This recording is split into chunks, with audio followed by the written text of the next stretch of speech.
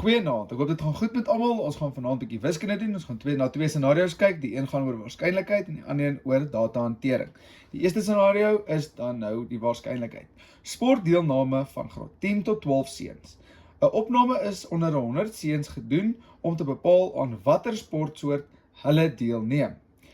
Die sportsoort is rugby, verteenwoordig deur 'n R, en atletiek deur 'n A. Die resultate was soos volg. 50 seuns neem aan rugby deel, 30 seuns neem aan atletiek deel en 8 seuns neem deel aan beide die sporte.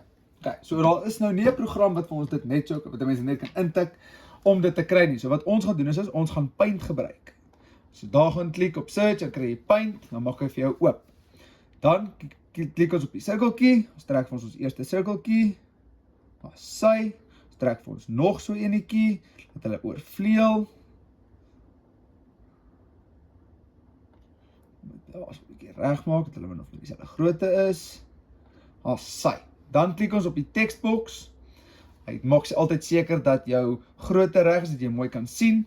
Dan gaan ek hierdie kant somme skryf. Atletiek.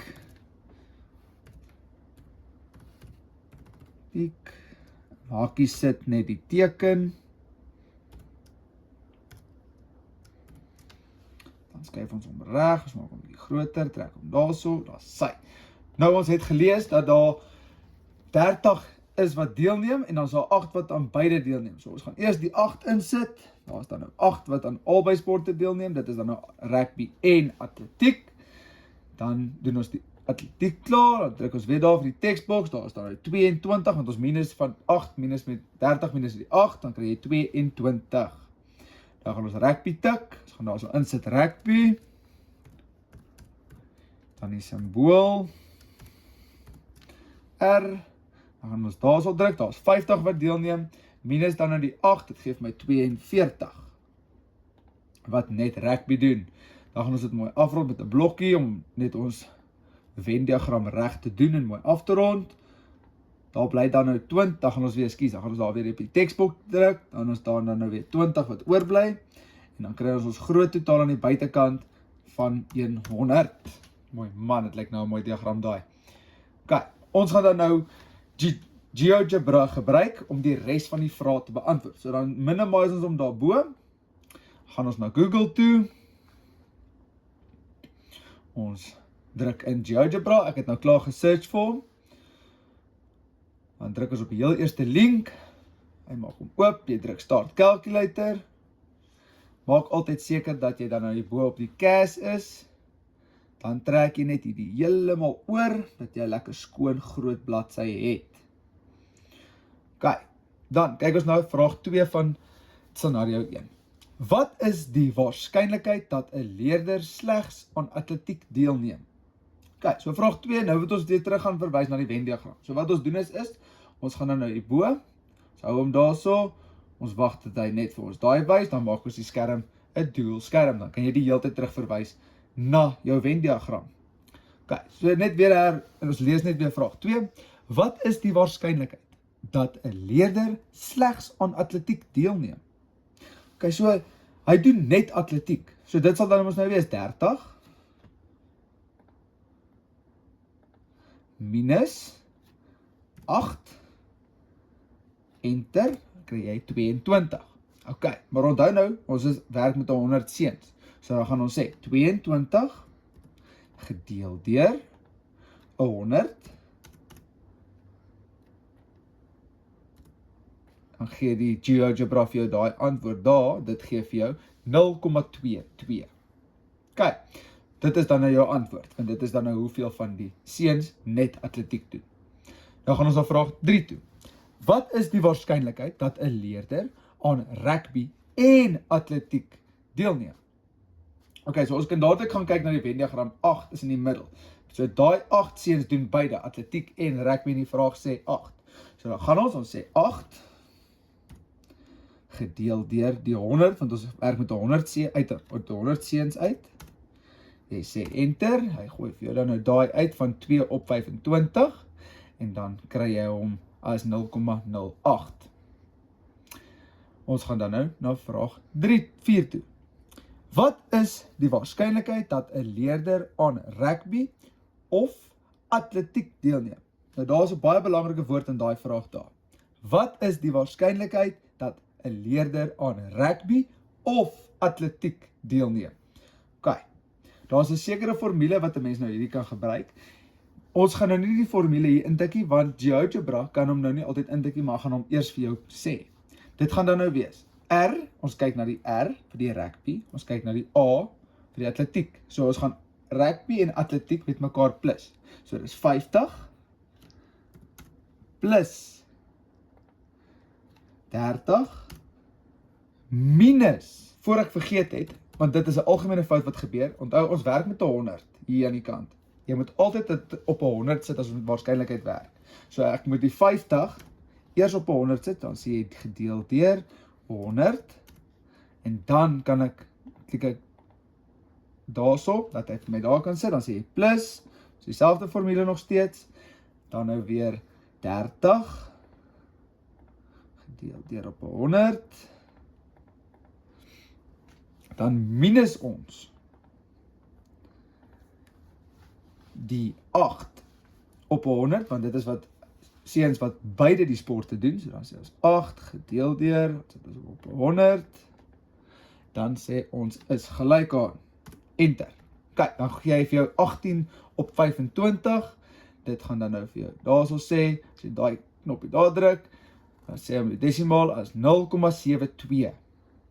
Dit is dan nou die waarskynlikheid dat seuns rugby of atletiek sal doen.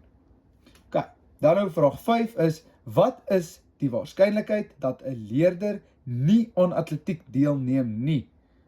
OK, so nou vra hulle, wat is die waarskynlikheid wat leerders nie aan atletiek deelneem nie? OK, so, as ons gaan kyk, moet ons nou mooi gaan kyk hier na die Venn-diagram, hy kan met jou baie help. Ons vraag sê, wat nie aan atletiek deelneem nie. So ons weet, daai 8 neem deel aan atletiek, daai 22 neem deel aan atletiek. Hierdie 20 neem deel aan niks, maar hierdie rugby neem deel aan rugby, nie atletiek nie. So daar gaan ons sê, 42 plus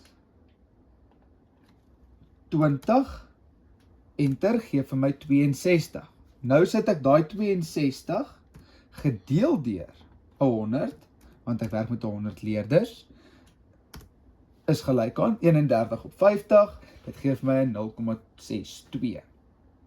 OK, nou gaan ons is dan nou klaar met die waarskynlikheid, ons gaan nou na scenario 2 toe. Scenario 2 is die datahantering.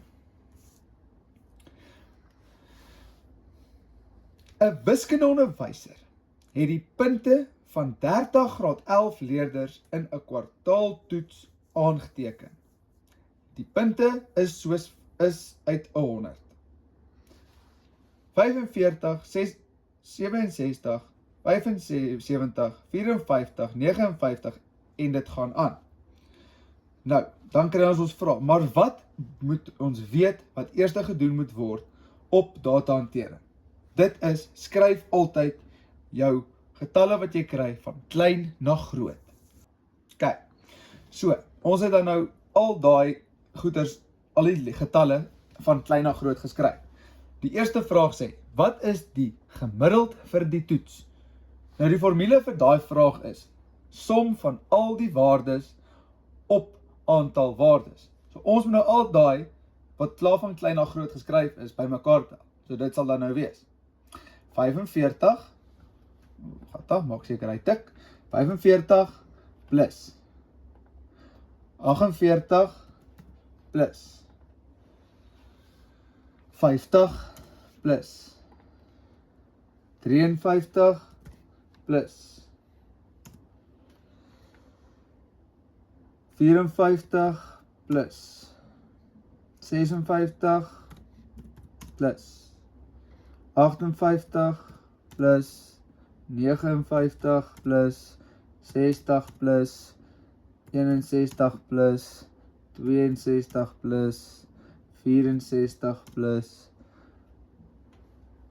65 plus 66 plus 67 plus 68 plus 69 plus 70 plus 72 plus 73 plus 75 plus 75 plus 75 plus 78 plus 80 plus 82 plus 85 plus 88 plus 91 plus 95. Dan sê ons enter. Dan gee hy vir my my som van my groot totaal, dit is dan nou 2044. Dan sit ek nou daai 2044 op my totaal, dit sal dan nou wees 2044 gedeel deur 30, want ons het 'n klas van 30 gehad. Dan sê ons enter, dan kry ons daai ouetjie, dan druk ons weer hier op die kant, dan gee hy vir ons 68.133333%. So dit sal wees 68.1%. Vraag 2. Wat is die mediaan? Nou wat is die mediaan? Onthou die mediaan werk 'n mens dan nou van buite af binne toe. Jy werk van daai punt af na daai punt toe en dan kry jy die middelpunt. Nou as 'n mens gaan kyk daarso, dan gaan jy nou sê, gaan jy net die pen gebruik hier, dat mens kan mooi kyk.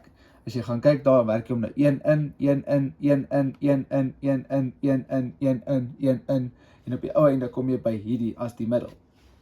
As 67 en 68. So dan sê jy nou, die formule vir dit sal wees 67 plus, plus